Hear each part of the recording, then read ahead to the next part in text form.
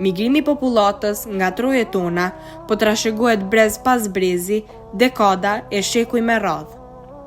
Arsyet e migrimit ndër dekada kryesisht ishin shkaqe ekonomike, sociale e politike. Migrimet më të theksuara tek ne vëren në fillim të viteve të 70-ta të shekullit të kaluar. Fillimisht, shkonte një antar i familjes, i cili me fitimin në gurbet mbante familje në vendlindje. Më vonë, në vitet në vijim, mërgjimtarët tanë filluan t'i marrin me vete dhe antarët e tjerë të familjes me gjithë fëmijë. Basri Isaku, sociolog, profesor në shkollën e mesme të ekonomisë Peronakov, në mënyrë të qartë sqaron rrjedhjen e fazave të ndryshme të migrimit. Migrimi ka qenë kështu plagë vjetër e shoqërisë tonë. Domethënë, jo vetëm në këtë vendin tonë, por në të regionin dhe më gjërë. Zona fillën e ka qysh nga aspektet e ndryshme shoqërore, domethënë të fillu nga aspekti ekonomik, social, politik. Mirë po, kur bëhet një analizë e gjithë kësaj, duhet këtë parasysh se dallimet janë të mëdha, për arsye se më herët shoqëria jonë, njerëzit tonë kanë migruar si rezultat i aspektit ekonomik, për shembull, që nuk edhe politik, sepse kanë qenë të përndjekur, shumë prej atyre që kanë qenë të përndjekur dhe të kaluarën kanë marrë jashtë quajtur tyre azil politik, kanë marrë në perëndim, kanë qëndruar edhe ato me një kohë gjatë, kanë qëndruar tani dal ngadal, sepse edhe familjet e tyre në shoqërinë, për shembull, cilën e kemi lënë mbrapa, sistemin ekonomik, që ka qenë më herët një mendësisë, ka qenë problemi i cili nuk e ka fajsu, domethënë vetëm personin i cili ka bon sipas tyre, ka bon veprën, por i tërë një familje, të një mbiemri është ka qenë, domethënë ka pas edhe domethënë internim të familjes tyre, domethënë kanë qenë familje e anatemume nga shoqëria jonë, nga shoqëria e mëparshme. Kurse tani, po megjithatë nuk kemi pas aq migrim sa që tash. Mirë po, viteve të fundit, arsyet e migrimit tek të rinjt kryesisht për një jetë më të mirë dhe më të sigurt. Pse që tash ndodh gjithë ky migrim?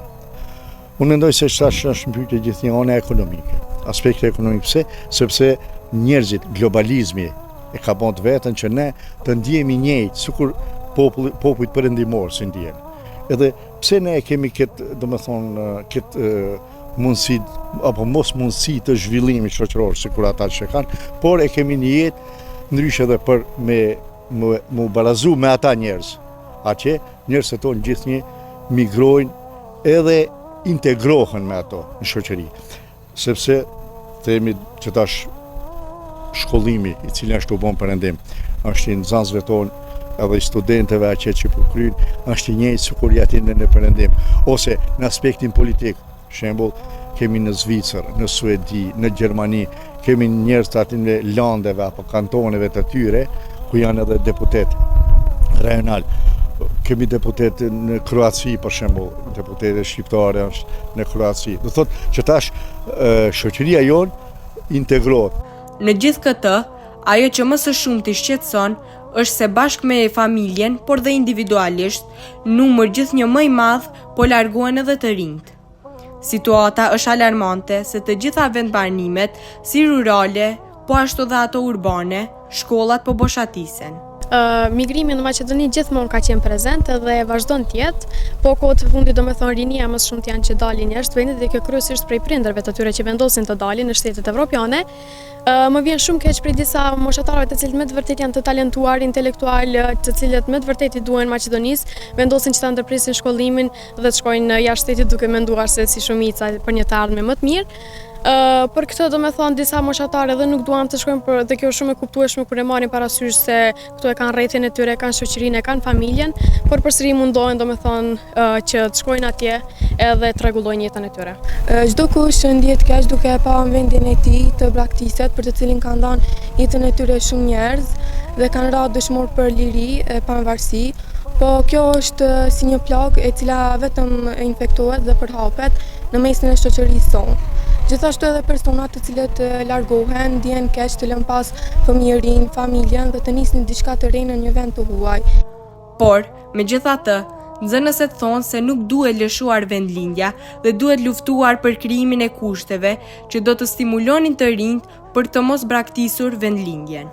Sugjerimi im kryesisht do të ishte për personat të cilët e kanë kryer shkollimin e lartë në Maqedoni, mendoj që është më e përshtatshme të qëndrojnë në vendin e tyre, të punojnë, të investojnë karrierën e tyre dhe të vazhdojnë jetën këtu, për këtë arsye se si shumica tjetër që i kemi familjar apo të ndryshëm të cilët përfundojnë në shtete tjera duke punuar në ndërtimtari apo dhe tjerë punë të rënda fizike.